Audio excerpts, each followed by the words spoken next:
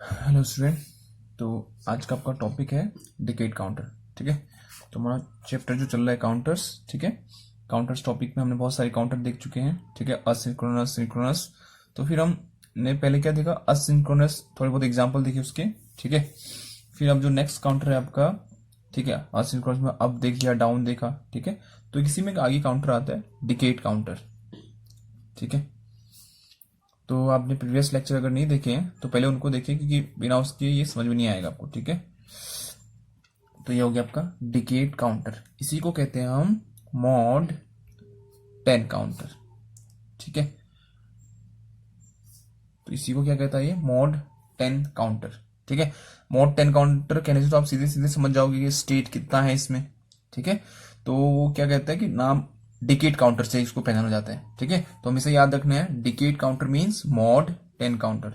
ठीक है, अगर मॉड 10 कह रहा है तो इसका मतलब स्टेट कितने हैं इसमें, 10 है। ठीक है, इससे पहले तक जो हमने काउंटर देखे हैं उसमें आपको मैं कह रहा था कि इतने बिट है या इतनी फ्लिप फ्लॉप है, तो उसकी हेल्प से आप क्या निकाल लेते हैं, स्टेट की वैल्यू निकाल लेते हैं। ठीक है, स्टेट को हम किससे रिप्रेजेंट करते हैं, एन से। ठीक है, तो ये बहुत इंपॉर्टेंट है कि हर काउंटर में स्टेट निकालने का फॉर्मूला अलग होता है।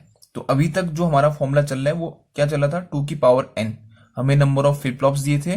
ठीक है, तो हम क्या फॉर्मूला लगा रहे थे, 2 की पावर n निकाल लगा के हम क्या निकाल लेते थे, स्टेट निकाल लेते थे। ठीक है, अब जैसे जैसे आगे काउंटर आते रहेंगे अलग इसका फॉर्मूला, ऐसा नहीं कि हर में 2 की पावर n ही होता है। ठीक है, हर काउंटर का अपना अलग अलग होता है। ठीक है, तो जो अभी तक हमने काउंटर देखे हैं, ठीक है, अप डाउन असिंक्रोनस 6 बिट, ठीक है, और 3 bit, 3 bit up 3 bit down, वो काउंटर हमने देखे, वहां हमने फॉर्मूला यही लगाया था 2 की पावर n। ठीक है, तो कहां पर कौन सा फॉर्मूला लग रहा है वो आपने याद रखना है। ठीक है, तो डिकेड काउंटर में क्या होता है, मॉड 10, तो स्टेट कितना आ गया, 10 आ गया। ठीक है, क्योंकि मॉड 10 था तो नाम से ये 10 मतलब स्टेट कितना है, 10 है। ठीक है, तो यहां पर आपको इस फॉर्मूले की जरूरत नहीं है, और इस फॉर्मूले की जरूरत इसलिए नहीं है क्योंकि यहां पर आपको नंबर ऑफ फ्लिप फ्लॉप्स अभी आपको पता नहीं है, खाली नाम दे रखा है डिकेड काउंटर। ठीक है, तो यहां पर आपको इस फॉर्मूले की आवश्यकता नहीं है। ठीक है, अगर आप लगा भी तो कैसे निकालोगे ना, आपको नंबर ऑफ फ्लिप फ्लॉप तो पता ही नहीं है, तो इसको हम यहां पर यूज नहीं करेंगे।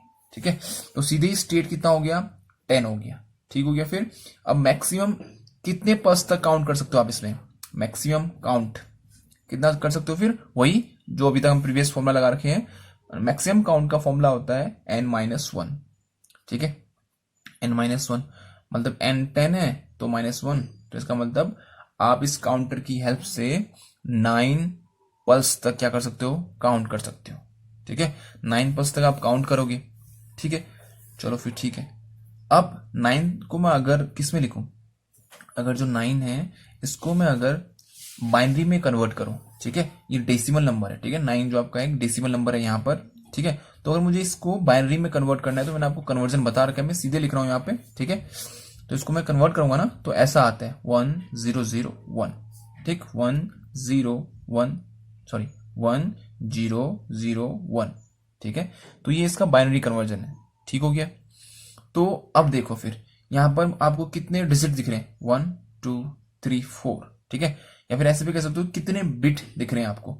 ठीक है, 1 2 3 4, 4 बिट दिख रहे हैं आपको। ठीक है, तो 4 बिट को आपको स्टोर करना है, मतलब कहने का मतलब अगर आप काउंटिंग करोगे तो आप कहां तक जाना है, आपने 9 तक, मैक्सिमम 9 तक जाना है। और 9 तक जाने के लिए आपको कितने बिट की आवश्यकता होगी, 4 बिट तक, मैक्सिमम 4 बिट। ठीक है, क्योंकि 9 से जो कम संख्या होगी इससे कम ही आएगा। ठीक है, तो मैक्सिमम कितना चाहिए आपको, 4 बिट चाहिए स्टोर करने के लिए, 4 जगह चाहिए। और 4 जगह कहां होती है, फ्लिप फ्लॉप में होती है। ठीक है, कहने का मतलब 4 बिट स्टोर करना है तो मुझे क्या चाहिए, 4 फ्लिप फ्लॉप चाहिए। ठीक है, 4 आपको फ्लिप फ्लॉप चाहिए जिसमें आप इन 4 बिटों को स्टोर कर सको। ठीक हो गया, ठीक है, फिर यहां पर फ्लिप फ्लॉप की आवश्यकता कितनी होगी, फिर यहां पर जो फ्लिप फ्लॉप हमें चाहिए वो चाहिए कितने, 4 चाहिए। ठीक हो गया, अब अगर मैं फ्लिप फ्लॉप की बात करूं, मैंने 4 चाहिए कह दिया, किसके हिसाब से, इसके जो बाइनरी कन्वर्जन के उसके हिसाब से कि मैक्सिमम कितने इसमें बिट आ रहे थे। ठीक है, अब अगर मैं फ्लिप फ्लॉप की बात करूं तो अगर मैं खाली फ्लिप फ्लॉप 4, अब मैं ऊपर की छोड़ दो, ऊपर कुछ नहीं मान लो, अभी फ्लिप फ्लॉप आपके पास 4 है, तो इस 4 में कितने स्टेट होंगे, अगर ये फ्लिप फ्लॉप 4 है तो इसमें कितने स्टेट होंगे, वही इससे प्रीवियस वाला फॉर्मूला 2 की पावर n। तो 2 की पावर n कितना हो गया, 2 की पावर 4। ठीक है, तो कितना हुआ, 2 जा 4, 4 8, 8 2 जा 16। ठीक है, तो कितना आया 16, 16 मतलब n। स्टेट कितना आया 16 आया। कब? अगर मैं फ्लिप फ्लॉप 4 कहूं तो, ठीक है। अभी ऊपर से कोई लेना देनी है, अभी अब ऐसा सोचो कि ऊपर कुछ नहीं है। तो आपका फ्लिप फ्लॉप 4 था, तो स्टेट कितनी आती है 16, ठीक है। तो स्टेट कितना हो गया आपका 16, ठीक हो गया। अगर मैं मैक्सिमम काउंट की बात करूं, मैक्सिमम काउंट की बात करूं तो क्या होगा n-1, मतलब 16 में से 1 माइनस करेंगे तो कितना 15 काउंट तक। तो इसका मतलब अगर आपके पास 4 फ्लिप फ्लॉप है तो आप 15 पल्स तक काउंट कर सकते हो, ठीक है, ठीक हो गया। लेकिन मुझे यहाँ कितना काउंट कराना है 9 तक ही काउंट कराना है, ठीक है। तो मुझे 0 से 9 तक ही काउंट कराना है, ठीक हो गया। ठीक, ये मेरा डिकेट काउंटर का वो है कि ये इतने तक काउंट करेगा। लेकिन जो 4 फ्लिप फ्लॉप होते हैं वो कहां तक काउंट करते हैं 0 to 15 तक काउंट करते हैं। तो मुझे ऐसा लॉजिक बनाना होगा कि जब भी पल्स 9 से 10 हो, मतलब जब भी आप 9 तक पल्स डालोगे तो वो काउंट करेगा, ठीक है। लेकिन जैसे आप 10 वाला पल्स डालोगे उसने क्या हो जाना चाहिए, उसने हो जाना चाहिए 0, ठीक है, उसने आपका 0 बन जाना चाहिए, ठीक है। कहने का मतलब जैसे 9 से ज्यादा आप पल्स डालोगे तो अपने आप आपका क्या हो जाना चाहिए, वो 0 0 0 होने चाहिए, ठीक है। तो ऐसा आपने लॉजिक बनाना है, ठीक है। तो ये तो इसका थोड़ा सा बेसिक था। तो देखिए फिर, अब देखो मैंने कहा कि कहां से कहां तक काउंट कराना है 0 से लेकर 9 तक। तो देखो फिर, और देखो फर्स्ट जो अगर आप पल्स दोगे, मतलब फर्स्ट स्टार्टिंग में सब क्या होंगे, देखो आप कितने फ्लिप फ्लॉप यूज करने वाले हो, 4 फ्लिप फ्लॉप यूज करने वाले हो, ठीक है। क्योंकि जो हमारा 9 को हमने कन्वर्ट किया तो ये बाइनरी में कितने बिट बन रहे थे 4, तो मैक्सिमम 4 हमें फ्लिप फ्लॉप चाहिए। तो मैं क्या कर लूंगा 4 फ्लिप फ्लॉप को बना लूंगा, ठीक है। 4 फ्लिप फ्लॉप बना लिया, ठीक है। अभी खाली रफ बना रहा हूं, ठीक है, फिगर में भी आपको बनाऊंगा, ठीक है। तो आपके पास 4 फ्लिप फ्लॉप है, तो स्टार्टिंग में इनकी वैल्यू क्या होगी 0 0 और 0, ठीक है। इसकी वैल्यू भी 0, इसकी वैल्यू भी 0, इसकी वैल्यू भी 0, इसकी वैल्यू भी 0। तो स्टार्टिंग में इनकी वैल्यू क्या होगी 0 0 0 0, ठीक है। अब जैसे आप फर्स्ट पल्स डालोगे तो इसमें कितना स्टोर होगा, इसमें स्टोर होगा 0 0 0 1, ठीक है। तो ये इसका मान अगर मैं डेसिमल लिखूं तो ये क्या कहलाएगा 0 हो गया, ठीक है। इसका मान क्या होगा 1, ठीक है। फिर ऐसे आप एक और पल्स डालोगे तो ये फिर से कितना स्टोर करेगा इसमें 0 0 1 0, ठीक है। ये क्या कहलाता है 2, अगर मैं डेसिमल में कन्वर्ट करूँ तो, ठीक है। तो ऐसे करते करते, ठीक है, देखो यहाँ पर, फिर यहाँ पर क्या आएगा 0 1 0 0, ठीक हो गया। फिर यहाँ पर आएगा 0 1 0 0, फिर यहाँ पर आएगा, अच्छा 2 बार हो गया, नहीं सॉरी 2 3, कहाँ पर मिस हो गया 0 0 1 नहीं, ठीक हो गया 2 हो गया। अच्छा यहाँ पर एक और होगा, ठीक है। यहाँ पर आएगा आपका 0 0 1 1, तो ये होगा 3, ये होगा 4, ये कहलाएगा आपका 5, ठीक है। फिर आता है उसके बाद 6 0 1 1 0, ये हो गया 6। फिर आएगा आपका 0 1 1 1, फिर आएगा आपका 0 सॉरी 1 0 0 0, फिर आएगा आपका 1 0 0 1 6 7 8 9, ठीक है। देखो आप पल्स देते रहोगे, ऐसे काउंट करते रहेगा, मतलब इसमें जो वैल्यूज है ऐसे स्टोर होते रहेंगे, ठीक है, इस 4 के 4 फ्लिप फ्लॉप में, ठीक हो गया। लेकिन जैसे 9 पल्स आप डालोगे 9 दिखाएगा ये, लेकिन आप जैसे 10 वाली पल्स दिखाओगे ना, ये फिर से क्या हो जाएगा 0 0 0 0 हो जाएगा, ठीक है। मतलब ये 9 पल्स तक ही काउंट करने वाला है, ठीक है। तो जैसे आप 10 वाला पल्स डालोगे, ठीक है, इसमें क्या हो जाना है, उसने आपका 0 0 हो जाना है, ठीक है। जबकि जो 4 फ्लिप फ्लॉप था कहां तक जाना था 15 तक जाना था ना, लेकिन ये कहां तक काउंट कर रहा है 9 तक ही काउंट कर रहा है, ठीक है। तो ये इसका स्टेट डायग्राम है, ठीक है। ये इसका क्या कहलाएगा स्टेट डायग्राम, ठीक है। तो ये क्या कहलाएगा इसका स्टेट डायग्राम, ठीक है। तो जैसे जैसे स्टार्टिंग में जब आपने पल्स नहीं दिया होगा ना तो उसमें क्या स्टोर होगा, जाहिर सी बात है 0 0, ठीक है, 0, इसमें भी 0, इसमें भी 0, इसमें भी 0। लेकिन जैसे आप पल्स देना स्टार्ट करोगे, फर्स्ट पल्स दिया इसमें 1 स्टोर हो जाएगा, मतलब आपने 1 पल्स दिया है, फिर आप फिर से पल्स दोगे फिर इसमें 2 स्टोर हो जाएगा, 2 स्टोर होगा, लेकिन किसमें बाइनरी की फॉर्म में होता है, ठीक है। ये डेसिमल फॉर्म है, ये बाइनरी की फॉर्म में स्टोर होता है, क्योंकि हम जो डिजिटल इलेक्ट्रॉनिक्स की बात करते हैं इसमें हम बाइनरी ही यूज करते हैं, ठीक है।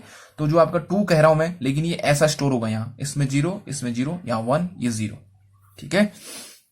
अच्छा हाँ 1 मिनट, ठीक है, चलो ये आपका 4 फ्लिप फ्लॉप हो गया। जब इसका हम स्ट्रक्चर देखेंगे वहां मैं बताऊंगा आपको कि लीस्ट डिजिट कौन सा वाला है, कौन सा किसको किस साइड लिखते हैं करके, ठीक है।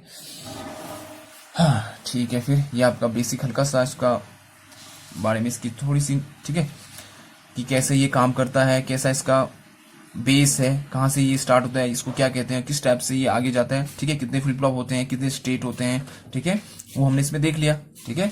तो ये अच्छे से आपने फिगर देख लेना है, ठीक। अब जो आगे है इसमें, उसमें क्या है कि हम इसमें देखेंगे कि कौन सा लॉजिक हम इसमें यूज करने वाले हैं, मतलब कैसा लॉजिक हम इसमें यूज करेंगे, ठीक है। तो पहले मैं आपको इसका सर्किट डायग्राम दिखा देता हूं, ठीक है, ये देखो, ठीक हो गया। अब पहले मैं इसका एक ट्रुथ टेबल बनाता हूं, जहां पर मैं आपको लॉजिक बताऊंगा कि कैसे वो लॉजिक हम इस्तेमाल करने वाले करके, ठीक है। ठीक है, देख लो फिर, ये इसका सर्किट डायग्राम है, ठीक है। देखो हमने 4 फ्लिप फ्लॉप यूज किए हुए हैं, ठीक है, ध्यान से देखना, 4 फ्लिप फ्लॉप यूज किए हुए हैं, ठीक है। अब इससे पहले तो जो हम फ्लिप फ्लॉप यूज कर रहे थे सेम वही है, बस इसमें हमने 2 टर्मिनल एक्स्ट्रा जोड़े हुए हैं। अब वो कौन कौन से, देखो सब के ऊपर एक बबल जैसा लगा हुआ है और उस बबल से एक टर्मिनल बाहर निकला हुआ है, ठीक है, देख रहे हो, ये सब के ऊपर एक बबल टाइप का, उससे बाहर एक टर्मिनल निकला है। इस टर्मिनल को कहते हैं प्रीसेट, ठीक है। और ये प्रीसेट का काम होता है जो आपका आउटपुट है फ्लिप फ्लॉप का, ठीक है। देखो इस फ्लिप फ्लॉप का आउटपुट कहां मिलता है, यहाँ पे। इस फ्लिप फ्लॉप का आउटपुट कहां मिलता है, इस Q2 पर, ठीक है। ये Q1 पे मिलेगा इसका आउटपुट, इसका Q2 पर, इसका Q3 पर, इसका Q4 पर। अब प्रीसेट का काम होता क्या है, प्रीसेट को जब भी आप 0 दोगे, ध्यान से सुनना, प्रीसेट को आप जब भी 0 दोगे, ये क्या करता है, ये जहां जहां पर आउटपुट मिलते हैं आप पर, यहां पर आपको कुछ भी इनपुट दो रहे हो उससे कोई फर्क नहीं पड़ता है। आपने अगर प्रीसेट की वैल्यू 0 कर दी तो आपका जो आउटपुट है Q1, Q2, Q3, Q4, इसका आउटपुट क्या आएगा, 1 1 1 1। मतलब इसका काम होता है सेट करना आउटपुट को 1, और कब, जब आप प्रीसेट को क्या दोगे, 0 दोगे। ये ध्यान देना, ठीक है। ये जब भी इसको 0 मिलेगा, ये आउटपुट को 1 सेट कर देगा, चाहे आप इनपुट कुछ भी दे रहे हो, आप कोई फर्क नहीं पड़ता, ठीक है। क्लॉक पल्स दे रहे हो नहीं दे रहे हो, उससे कोई फर्क नहीं है। बस ये क्या करेगा, आपका आउटपुट जो Q1 की वैल्यू है उसको क्या कर देगा, 1 कर देगा, चेंज कर देगा, ठीक है। 0 है तो 1 कर देगा, 1 है तो 1 ही रहने देगा, ठीक है। लेकिन कब, जब आप प्रीसेट की वैल्यू को क्या करोगे, 0 करोगे। अगर प्रीसेट की वैल्यू अगर 1 रखते हो तो कोई फर्क नहीं पड़ेगा, ये सर्किट में कोई भी चेंज नहीं करेगा, ठीक है। कब, अगर आप प्रीसेट की वैल्यू 1 सेट करते हो, ठीक है। और ये है क्लियर। क्लियर में क्या होता है, इसको भी जब भी आप 0 दोगे, ठीक है, जब भी आप क्लियर की वैल्यू 0 होगी, इसका काम क्या होगा, जो आउटपुट है Q1, Q2, Q3 इसकी वैल्यू को 0 पे सेट करना, ठीक है। क्लियर का काम है 0 सेट करना, जब भी इसको क्या मिलेगा, 0 मिलेगा। अगर क्लियर को 1 मिल रहा है तो कोई फर्क नहीं पड़ता है, जैसा आपका सर्किट है सेम, कोई चेंज नहीं आएगा, ठीक है। क्लियर तब चेंज लाता है जब आपका क्लियर की वैल्यू आप क्या कर दोगे, 0 करोगे, ठीक है। अगर आप क्लियर को 0 कर देते हो तो आपका जो आउटपुट है Q1, Q2, Q3 और Q4, ये इनके मान को क्या कर देगा, आपका 0 0 0 0 कर देगा, ठीक है। कब, जब क्लियर को क्या मिलेगा, 0 मिलेगा, ठीक है। तो क्लियर एक टर्मिनल है जिसके माध्यम से हम सेट करते हैं अपने आउटपुट को 0, जब उसको क्या मिलता है, 0 मिलता है। अगर क्लियर को आप 1 दोगे ना, तो ये इसमें कोई चेंजेस नहीं आएगा, जैसा आप इनपुट दोगे, आप जैसा क्लॉक दोगे उसके हिसाब से आपका आउटपुट मिलेगा, ठीक है।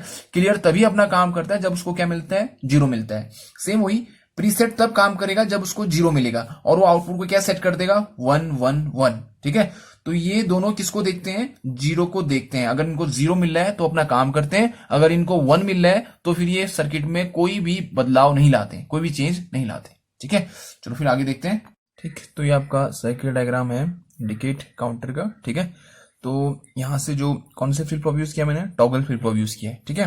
तो टॉगल फ्लिप फ्लॉप को आपको ट्रुथ टेबल या फिर उसका जो कैरेक्टरिस्टिक है वो पता होना चाहिए, ठीक है।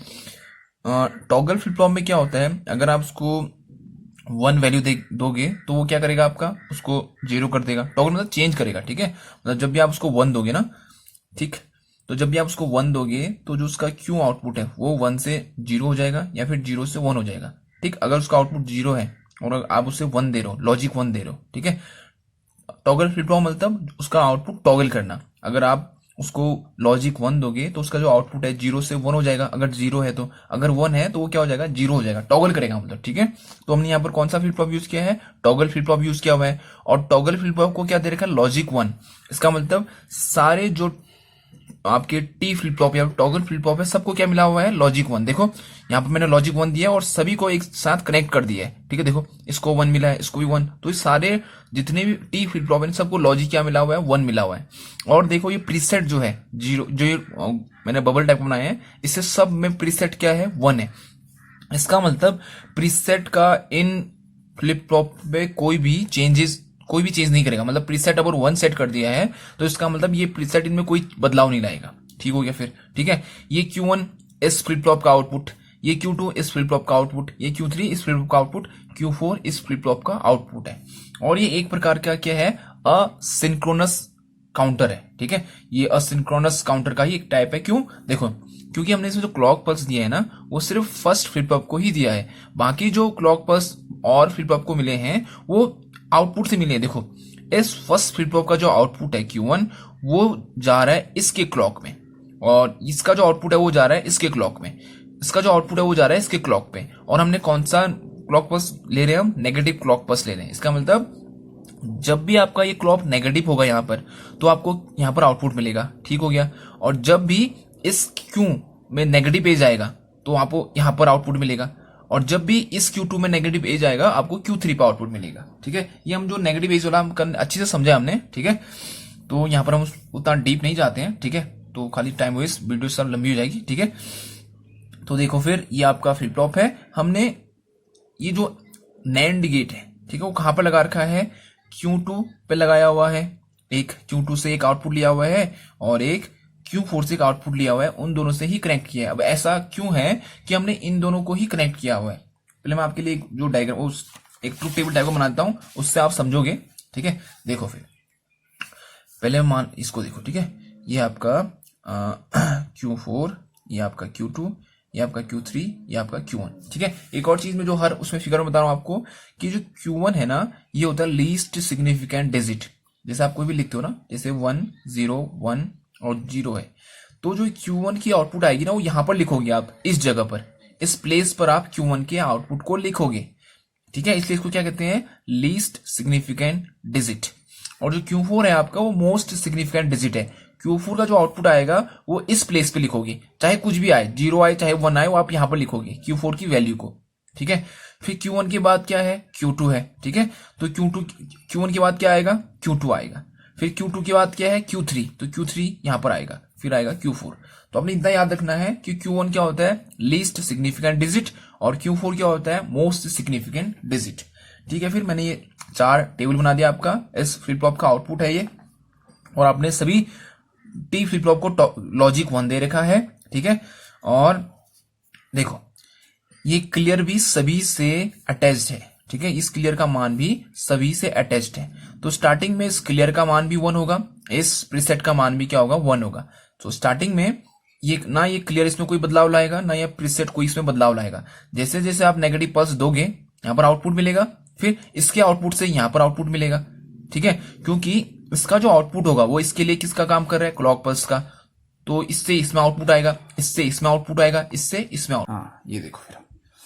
ठीक, देखो Q1 की वैल्यू, ये जो Q1 है वो कौन सा है, ये Q1 है। ठीक है, ये आपका जो आउटपुट है Q1, ये कब मिलेगा, जब आपका क्लॉक क्या होगा, नेगेटिव पल्स में मिलेगा। तो जो मैंने जो ऊपर की पल्स बनाई है ना, ये किसकी पल्स है, ये क्लॉक की पल्स है, जो आपने फर्स्ट में दी हुई है। ठीक है, नेगेटिव क्लॉक पल्स। तो Q में तभी आउटपुट मिलेगा आपको जब यहां पर क्या होगा, नेगेटिव पल्स आएगी।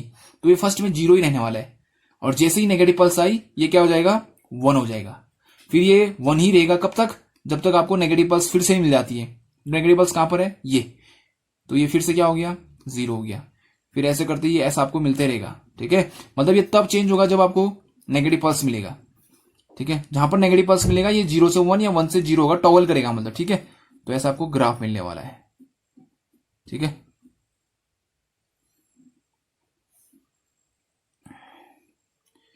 ठीक, और ये फिर आगे 1 रहेगा।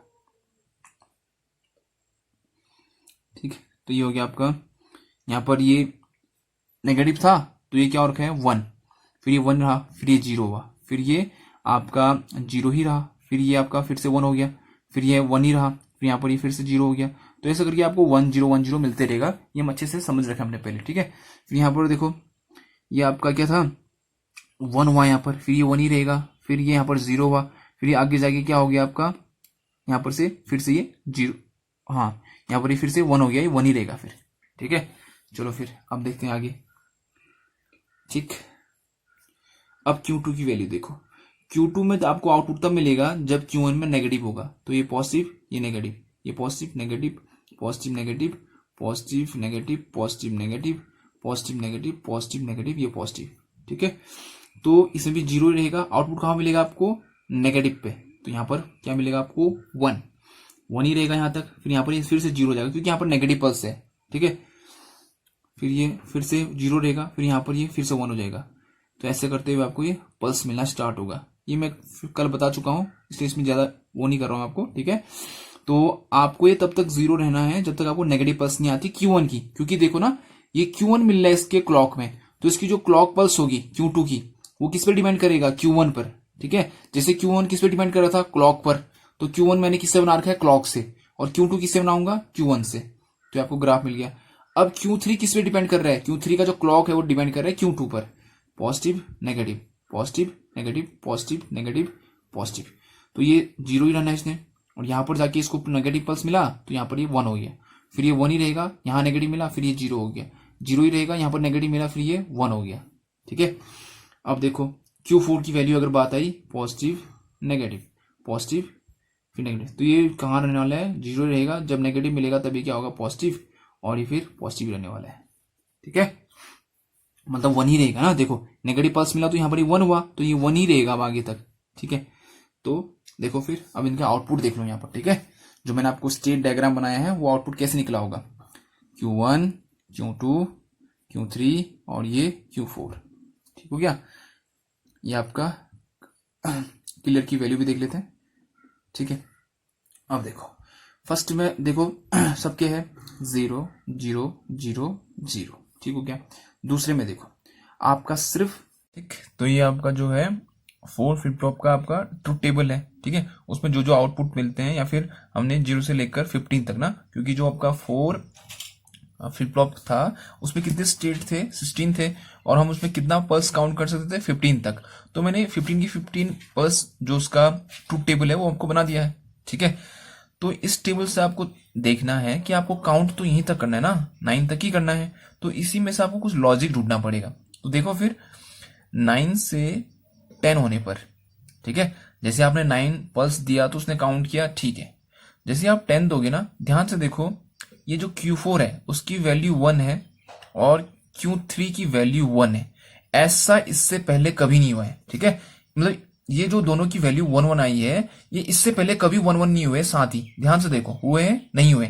तो मुझे इसी लॉजिक को काम करना है कि जब भी इन दोनों की वैल्यू 1 1 हो, ठीक है, तो हम इससे क्या बना दे, इन दोनों की वैल्यू 1 1 है तो इन दोनों वैल्यू को हम किस में डाल देंगे, नैंड गेट में। नैंड गेट उसको क्या बनाएगा, 0 बनाएगा, और वो 0 किसको देगा, क्लियर को। और क्लियर की वैल्यू जैसे ही 0 हो जाएगी तो उसमें क्या होगा, सारे आउटपुट क्या हो जाएंगे, 0 0 0 हो जाएंगे, ठीक है। तो कहने का मतलब क्या है कि इस 10th वाले पल्स आने पर ये Q4 और Q3 की वैल्यू क्या है, 1 1 है। इसलिए हमने क्या कर रखा है, Q4 का जो आउटपुट है और Q2 का आउटपुट है उससे क्या कनेक्ट कर रखा है, नैंड गेट कनेक्ट कर रखा है, ठीक है। क्योंकि हमने लॉजिक देखा यहां पर कि ये दोनों ही क्या हो रहे हैं, 1 1 हो रहे हैं, ठीक। इससे पहले ये दोनों कभी 1 1 नहीं है, ठीक है। देखो यहां पर ये दोनों 1 1 हो जा रहे हैं, ठीक। तो इससे पहले ये कभी क्या है, 1 1 नहीं है। तो जब भी ये दोनों 1 1 होंगे तो हमने क्या करना है, ऐसा लॉजिक इस्तेमाल करना है कि आपका जो आउटपुट है वो 0 0 0 हो जाए, ठीक है। तो इससे पहले तक क्लियर का मान क्या होगा, अगर मैं क्लियर की मान रखूं, इससे पहले तक क्लियर क्या रहेगा, 1 1 रहेगा, ठीक है। इससे पहले तक 9 पल्स तक, और जैसे ही आपका 10 पल्स होगा उसके बाद वो क्या हो जाएगा, 0 हो जाएगा। उसके बाद उसमें कोई चेंज नहीं आएगा, नो चेंज वाली कंडीशन, ठीक है। तो इसके बाद जो आउटपुट आएंगे ना, वो फिर ये वाली टेबल नहीं आएगी। उसके बाद जो आपका आउटपुट आएगा वो 0 0 0 हो जाएगा, ठीक है। तो देखो फिर ध्यान से देखो, ये आपका फ्लिप फ्लॉप है। तो 9 तक अच्छा गया, 9 तक आप काउंट करते गए पल्स को। जैसे ही आपका 10 वाला आएगा तो 10 में क्या होता है, 10 का जो आपका है वो है आपका 1010, ये आपका टेबल है, ठीक है। तो इसमें क्या होता है, ये Q4 है, ये आपका Q, ये क्या था, हाँ Q2 है, ठीक है। तो इन दोनों को मैंने किससे कनेक्ट किया हुआ है, आपका NAND गेट से, ठीक है। तो देखो फिर यहां से भी 1 आ रहा है, यहां से भी 1 आ रहा है ना। जब आप 10 पल्स डालोगे तो क्या होगा, इसमें भी 1 जाएगा, इसमें भी 1 जाएगा, ठीक है। फिर NAND गेट में क्या होता है, अगर दोनों आपका 1 1 हो तो आउटपुट क्या मिलता है आपको, 0 मिलता है, ठीक है। तो अगर NAND गेट का आपने, जब मैंने NAND गेट पढ़ाया था आपको, तो उसमें आपको याद होगा कि दोनों जगह में इनपुट है 1 1 दे रहा था, तो आउटपुट क्या आता है उसमें, 0 आता है। 0 कहाँ जाएगा, उसके पास 0 जाएगा आपका इस क्लियर के पास। क्लियर के पास जैसे ही जाएगा तो क्या होगा, क्लियर क्या करेगा, जितने भी इसके टर्मिनल्स हैं उनको क्या देगा, 0 देगा। जैसे ही क्लियर 0 होता है, इनके आउटपुट क्या हो जाते हैं, इनके आउटपुट हो जाते हैं अपने आप 0, ठीक है। तो आपको फिर अब पल्स कुछ नहीं मिलेगा ना, जो पल्स काउंट कर रहा था वो क्या हो जाएगा, 0 दिखाने लगेगा, सब में क्या आ जाएगा, 0 0 0 आने लगेगा, ठीक है।